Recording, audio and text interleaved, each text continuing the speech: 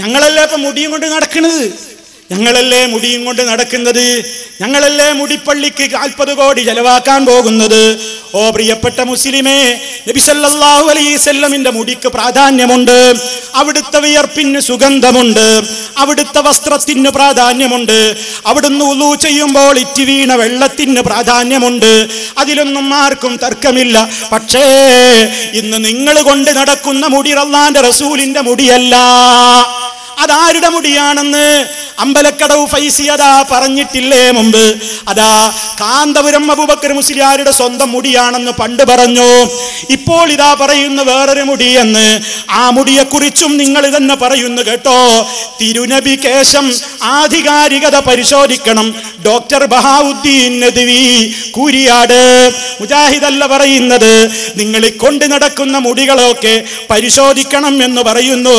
മാത്രമല്ല അതിനൊന്നും യാതൊരു അടിസ്ഥാനവുമില്ല എന്നും പലരും അതാ പല കാര്യങ്ങൾക്ക് വേണ്ടി കൊണ്ടു നടക്കുകയാണെന്ന് കൃത്യമായി എഴുതിയിരിക്കുന്നു. കേട്ടോളൂ. ഇദ്ദേഹം ഇതിൽ പറയുന്നത് എന്താ? ശരിക്ക് കേട്ടോ. നേരത്തെ പ്രവാചകന്റെ തിരുകേശം തങ്ങളുടെ സ്ഥാപനത്തിൽ സൂക്ഷിച്ചിട്ടുണ്ടെന്ന് വാദിക്കുകയും അതിന്റെ പേരിൽ സാമ്പത്തിക നേട്ടങ്ങൾ കൈവരിക്കുകയും ചെയ്യുന്നതിനിടെ വ്യക്തമായ സനദ് പരിശോധിക്കാനായി ഉത്തരവാദപ്പെട്ടവർക്ക് നേരെ വെല്ലുവിളികൾ ഉയർന്നപ്പോൾ അദ്ദേഹം ഒഴിഞ്ഞു മാറുകയായിരുന്നു. അത് വിലപ്പോവില്ലെന്ന് കണ്ടപ്പോഴാണ് പുതിയ കേശവുമായി ഇവർ രംഗത്തെത്തിയതെന്ന് അദ്ദേഹം പറഞ്ഞു. അതുകൊണ്ട് ആധികാരികത പരിശോധിക്കണം, ആത്മീയ തട്ടിപ്പ് കരുതലോടെ കാണണമെന്നും അതിൽ വിശ്വാസികൾ വഞ്ചിതരാവരുതെന്നും Darul Huda Islamic university vice chancellor doctor Bahauddeen Nadwi മുജാഹിദല്ല എഴുതുന്നത്. അപ്പോ നിങ്ങൾക്ക് തന്നെ ഉറപ്പുണ്ടോ? ഇല്ല. ഇയാള് തന്നെ പറയാണ് ഇത് പരിശോധിക്കണം. അപ്പോഴാവട്ടെ കാന്തപുരം വിഭാഗക്കാരൻ എന്താ മറുപടി കൊടുക്കുന്നത്? ഖുർആൻ കിട്ടിയ സനദ് പോലെ പവിത്രമാണ് പോലും. ഖുർആനില്ലേ നമ്മുടെ കയ്യിൽ? അതെത്രത്തോളം സത്യമാണ്? അത് കിട്ടിയ പരമ്പര ഏതാണ്? അള്ളാന്റെ ഒപ്പുണ്ടോ അതിൽ? റസൂലുള്ളാന്റെ ഒപ്പുണ്ടോ എന്നൊക്കെ ചോദിച്ച് ഇയാൾ ചോദിക്കുന്നുണ്ട്. എന്താണ് ആ ചോദ്യത്തിന്റെ അർത്ഥം? ഈ എഴുത്തുകാരന് സ്ഥാപിക്കാനാണ് ഇതൊക്കെ ചോദിക്കുന്നത്. എന്ത് സ്ഥാപിക്കാൻ? മർക്കസിലുള്ള മുടി അതാ ശരിക്കുള്ള മുടിയാണ്. ഏതുപോലെ മർക്കസിലും എല്ലാവരുടെ കയ്യിലുമുള്ള ഖുർആൻ ശരിയായ ഖുർആനാണെന്നതുപോലെ മർക്കസിലുള്ള തിരുമുടി എന്ന് പറയുന്ന മുടിയതാ അത് ശരിക്കും ഉള്ളതാണെന്ന് സ്ഥാപിക്കാനാണ് സിറാജുകാരൻ ലേഖനം എഴുതുന്നത്. എങ്കിൽ ചോദിക്കട്ടെ, വിനയത്തോടെ ചോദിക്കട്ടെ, പരിശുദ്ധ ഖുർആനിലെ ഒരായത്ത് പരിശോധിച്ചിട്ടേ ഞാൻ എടുക്കൂ, അതെനിക്ക് സ്വീകാര്യമല്ലെന്ന് പറഞ്ഞവന്റെ വിധി എന്ത്? ഖുർആൻ ഞാൻ അംഗീകരിക്കൂല, അതൊന്നുകൂടി പരിശോധിക്കണം എന്ന് പറയുന്നവന്റെ വിധി എന്താണ്? കാഫിർ എന്നല്ലേ? എങ്കിൽ അതേപോലെ തന്നെ ചോദിക്കട്ടെ, ഖുർആൻ പോലെ തന്നെയുള്ള സനദിന്റെ നിങ്ങളുടെ മുടിക്കെന്നല്ലേ? നിങ്ങളുടെ മുടി നിഷേധിച്ച അമ്പലക്കടവിന്റെ വിധി എന്ത്? ബഹാവുദ്ദീൻ കൂരിയാടിന്റെ വിധി എന്ത്? ഈ കെ സമസ്തക്കാരുടെ വിധി എന്ത്? മുജാഹിദുകളെ വെറുതെ വിട്. നിങ്ങളൊക്കെ ഒന്നാണെന്നല്ലേ നിങ്ങൾ പറയാറുള്ളത്? നിങ്ങളുടെ വിധിയൊന്ന് പരസ്പരം പറയോ? ഖുർആൻ പോലെയുള്ള സനദെന്ന് പറഞ്ഞാൽ പോരാ, അങ്ങനത്തെ സനദുള്ള മുടിയെ നിഷേധിച്ചവനും കാഫിറല്ലേ? തുറന്നു പറഞ്ഞോളണം, നിങ്ങൾ എഴുതിക്കോളണം. എന്നിട്ട് മതി സമൂഹത്തെ ചൂഷണം ചെയ്യൽ. ഇങ്ങനെ ഓരോന്നുമായി കൊണ്ട് നടന്നുകൊണ്ട് നബി സല്ലല്ലാഹു അലൈഹി വസല്ലമിനെ ഞങ്ങളാണ് സ്നേഹിക്കുന്നതെന്ന് പറഞ്ഞാൽ അതൊന്നും ഇസ്ലാമികമായ സ്നേഹമാവില്ല, അത് ചൂഷണം തന്നെ. ലോകത്ത് അഷ്റഫുൽ ഖൽഖ് സല്ലല്ലാഹു അലൈഹി വസല്ലം ഉപയോഗിച്ച സാധനങ്ങളൊന്നും നിലവിലില്ല. അതിനെപ്പറ്റി പരിശോധിച്ച പണ്ഡിതന്മാര് പറയുന്നു, ഒന്നും തന്നെ കൃത്യമായി തെളിയിക്കപ്പെടാവുന്ന നിലക്ക് ലോകത്ത് ബാക്കിയില്ല. എന്നിട്ടിവർ കൊണ്ട് നടക്കുന്ന ഒരു കെട്ടുമുടിയാ, കുറച്ചൊന്നല്ലേ, ഒരു കെട്ടുമുടിയാ. ഹസ്രത്ത് ബാലിൽ കാശ്മീരിൽ ഈ മുടിയുടെ ഒരു പള്ളി, ഹസ്രത്ത് ബാൽ എന്ന പേരിൽ ഒരു പള്ളി. ആ പള്ളിയിൽ നിന്ന് മുടി നഷ്ടപ്പെട്ടപ്പോൾ അന്ന് ആ മുടി തിരിച്ചു കൊടുത്തു പോലും. എളുപ്പല്ലേ? മുടി നഷ്ടപ്പെട്ട ഇതന്നെ മുടി തന്നെ വേറൊന്ന് കൊടുത്തു, ആൾക്കാരൊക്കെ ശാന്തരായി. പിന്നെ ചിലർക്കന്ന് സംശയം തോന്നി പോലും, എന്ത് ഇത് നബിയുടെ മുടി തന്നെയാണോ? പരിശോധിക്കാൻ 3 മാർഗങ്ങളാണത്രേ അന്ന് ചെയ്തത്. അവര് ചെയ്ത പണിയാ പറയുന്നത്, അവരുടെ വിശ്വാസമാ പറയുന്നത്, മുജാഹിദിന്റെ വിശ്വാസമല്ല പറയുന്നത്. അവര് 3 വഴിയിലൂടെയാണത്രേ പരിശോധിച്ചത്. ആദ്യം നോക്കിയത്രേ ഇത് കത്തുമോ, അപ്പൊ കത്തുന്നില്ല, അപ്പൊ നബിയുടെ മുടി കത്തൂല. അടുത്ത പരിശോധന തേൻ പുരട്ടി നോക്കി, ഈച്ച വന്നിരിക്കുമോ, ഈച്ച വന്നിരിക്കുന്നില്ല, നബിയുടെ മുടി തന്നെ. മൂന്നാമത്തൊരു പരിശോധന എന്തായിരുന്നു? മൂന്നാമത്തെ പരിശോധന സൂര്യപ്രകാശത്തിൽ പിടിച്ചു നോക്കി, നിഴലുണ്ടോ, നിഴലില്ല. ഇങ്ങനെ 3 പരിശോധനയെന്ന് ഔറംഗസീബിന്റെ കാലത്ത് അസറത്ത് ബാലിലെ മുടിയെപ്പറ്റി പരിശോധിച്ചു എന്ന് ചിലരൊക്കെ എഴുതി വിടുന്നുണ്ട്. മുജാഹിദുകൾക്ക് അങ്ങനെ അതിനെപ്പറ്റി അഭിപ്രായമല്ല നമ്മൾ പറഞ്ഞിട്ടുള്ളത്. പക്ഷേ ഈ അഭിപ്രായമൊക്കെ അന്നുള്ളവർക്കുണ്ടായി എങ്കിൽ ഇന്നും ഇതിങ്ങനെ പരിശോധിക്കുന്നുണ്ടോ? ആലോചിച്ചു നോക്കണം. എന്നിട്ടൊരു കെട്ടുമുടിയാ, ഒരു കെട്ടുമുടി, അത് ഫോട്ടോക്കും കിട്ടുന്നില്ലേ? അതാ ഒരു കെട്ടുമുടിയുടെ ഫോട്ടോ കാണുന്നു. നിഴലില്ലാത്തതിന്റെ ഫോട്ടോ കിട്ടുമോ? നിഴലില്ലാത്തതിന്റെ ഫോട്ടോ എടുക്കാൻ പറ്റുമോ? പിന്നെ എങ്ങനെ മുടിയുടെ ഫോട്ടോ വന്നു? കഥയിൽ ചോദ്യമില്ല, കഥയിൽ ചോദ്യമില്ലല്ലോ. ഇങ്ങനെ നബി തങ്ങളുടെ മുടിയാന്ന് പറഞ്ഞിട്ട് ഒരു കൂട്ടർ ഇപ്പുറത്ത്.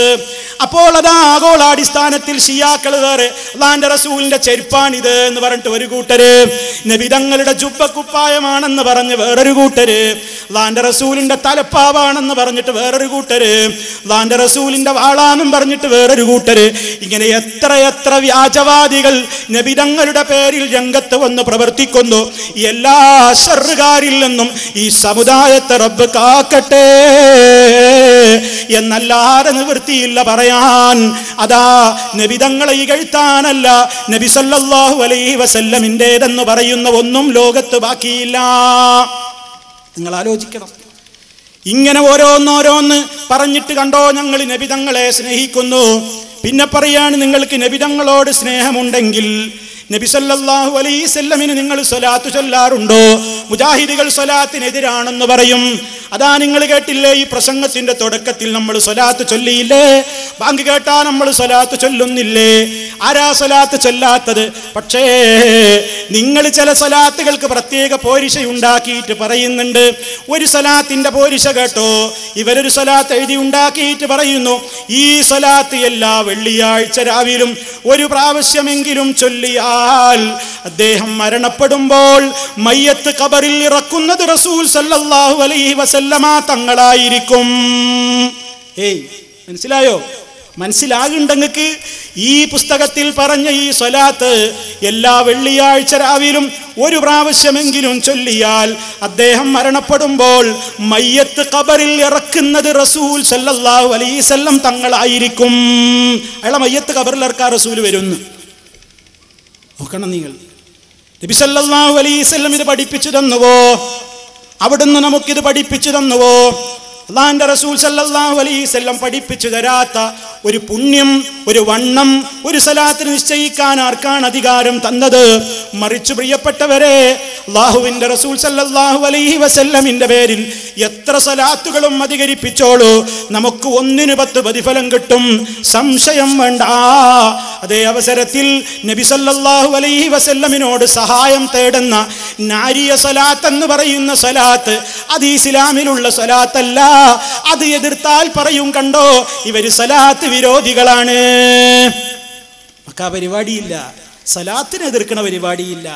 പിന്നെ പറയും, കണ്ടോ ഇവർക്ക് ഖബർ സിയാറത്തില്ല, ഇവര് ഖബറിങ്ങൽ പോകൂല, ഇവര് ഖബർ സിയാറത്തിനെതിരാണ്. നമ്മൾ എന്താണ് എതിർക്കുന്നത്? ഖബറിതാ ഒരു ചാണിലപ്പുറം പൊക്കുകയാണ്, അതാ ഖബറുകൾ കെട്ടിപ്പൊക്കുന്നു. ചിലയിടത്തൊക്കെ എത്രയാണ് ഉയരം, ചിലയിടത്തൊക്കെ എത്രയാണ് നീളം.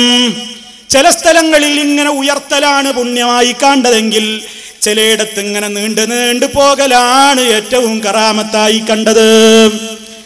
മന്നാ മക്കാമിലെ ജാറത്തിന്റെ നീളം എത്രയാണ്? എത്രയാണ് തളിപ്പറമ്പുകാരെ? എത്രയാണ് അതിന്റെ നീളം? ഒരു കഴുങ്ങിനേക്കാൾ നീളമുള്ള ഒരു ഖബറ്. എത്ര ഇവിടുന്ന് അങ്ങോട്ട് എത്ര നീണ്ട് ഇങ്ങനെ പോവുകയാണോ? ആരാണതിലുള്ളത്? അത് മനുഷ്യൻ തന്നെയാണോ? ആരാണ്? ഊരും പേരറിയാത്ത ആൾ ആരാണ്, എന്തേ ഈ ഖബറിന് ഇത്ര വലുപ്പമെന്ന് ചോദിക്കുമ്പോ ചിലരൊക്കെ പറഞ്ഞു കേൾക്കുന്നു, അതിങ്ങനെ ഖബർ വിശാലമാക്കണേ അല്ലാ എന്ന് നമ്മൾ തേടുമ്പോ ഇങ്ങനെ നീണ്ടു പോവുകയാണ്. സൂക്ഷിച്ചോളണം, അപ്പുറത്തെ ആളുടെ പറമ്പിലെത്തുന്നത് സൂക്ഷിച്ചോളണം. നീണ്ട് ഇങ്ങനെ പോവുക. എന്തപ്പരും അതിൻ്റെ ഉള്ളിൽ കൂടി ഇങ്ങനെ നീന്തണല്ലോ. ഇവർക്കിങ്ങനെ നീന്താനേ ഖബർ വിശാലാക്കി കൊടുക്കുക, ഖബർ ഇങ്ങനെ വിശാലാക്കി കൊടുക്കുക. ഉമ്മാന്റെയും ഉപ്പാന്റെയും ഖബറിങ്ങ ചെല്ലുമ്പോഴും അല്ലാഹുവേ ഖബർ വിശാലമാക്കി കൊടുക്കണേന്ന് പറഞ്ഞിട്ട് എന്തേ ഉമ്മന്റെ ഖബർ നീളാത്തത്, ഉപ്പന്റെ ഖബർ നീളാത്തത്? കഥയിൽ ചോദ്യമില്ലല്ലോ. നോക്കണം, പണ്ട് കാസർഗോഡ് ഉണ്ടായിരുന്നു ചെർക്കളയിലൊരു ഖബർ തോട്ടം. ഉള്ള തെങ്ങും കഴുങ്ങും മാവൊക്കെ വെട്ടിയിട്ട് ഖബർ നടുമായിരുന്നു ഒരു ചങ്ങാതി ഖബർ നടുക. എത്രയായിരുന്നു നീളം? കുറേ നീളം. എവിടുന്ന് വന്നതായിരുന്നു?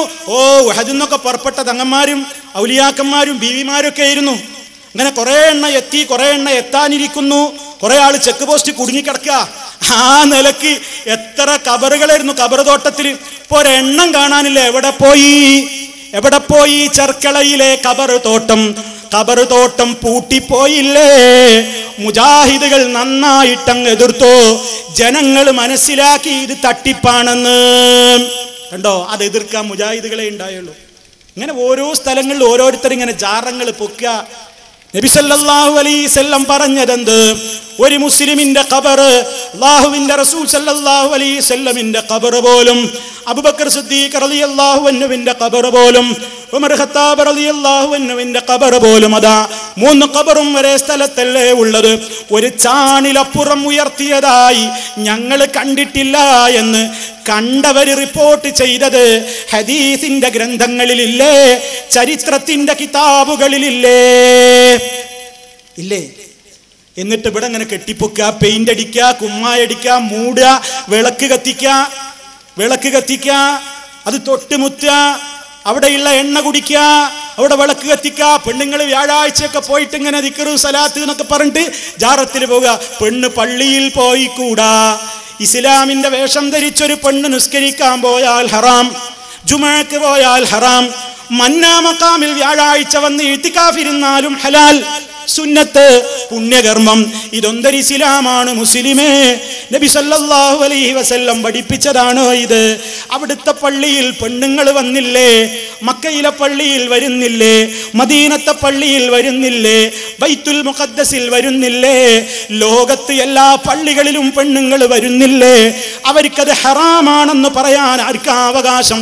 അല്ലാഹുവിന്റെ റസൂല് പെണ്ണേ നീ പള്ളിയിലേക്ക് പോകൽ ഹറാമാണെന്ന് എവിടെയാ പറഞ്ഞത്? പറഞ്ഞിട്ടില്ലല്ലോ. ഇതൊക്കെ മുജാഹിദുകൾ പറയുമ്പോ ആളുകൾ കേട്ടുപോകൂലേ? അതുകൊണ്ട് കേട്ടുപോകരുത്, പോയി കൊടുക്കരുത്, സഹായിക്കരുത്. നിങ്ങൾ എത്ര പറഞ്ഞിട്ടെന്താ? ജനങ്ങൾ അതാ അവര് കേൾക്കുന്നു, മനസ്സിലാക്കുന്നു, കാര്യങ്ങൾ ഉൾക്കൊള്ളുന്നു. അതുകൊണ്ട് പ്രിയപ്പെട്ടവരെ, ശരിയായ അർത്ഥത്തിൽ ഇസ്ലാമിനെ കുറിച്ച് പഠിച്ചോളണം. ഇസ്ലാം എന്ന് പറയുന്നത് ഞാൻ നേരത്തെ പറഞ്ഞില്ലേ, അള്ളാഹുവിന്റെ റസൂലിലൂടെ നമുക്ക് കിട്ടിയ ദീനില്ലേ? ആ ദീൻ അതനുസരിച്ച് തന്നെ ജീവിച്ചോളണം. ഈ ഹാർമോണിയം വീട്ടുന്ന ഔലിയാക്കന്മാരുടെ ദീനല്ല ഇസ്ലാം. ഇസ്ലാമിൽ അങ്ങനെ സംഗീതം ഇല്ല. സംഗീതം എന്ന് പറഞ്ഞാൽ ഈ കൊട്ടും തട്ടും മുട്ടും കൊട്ടും കുരവയും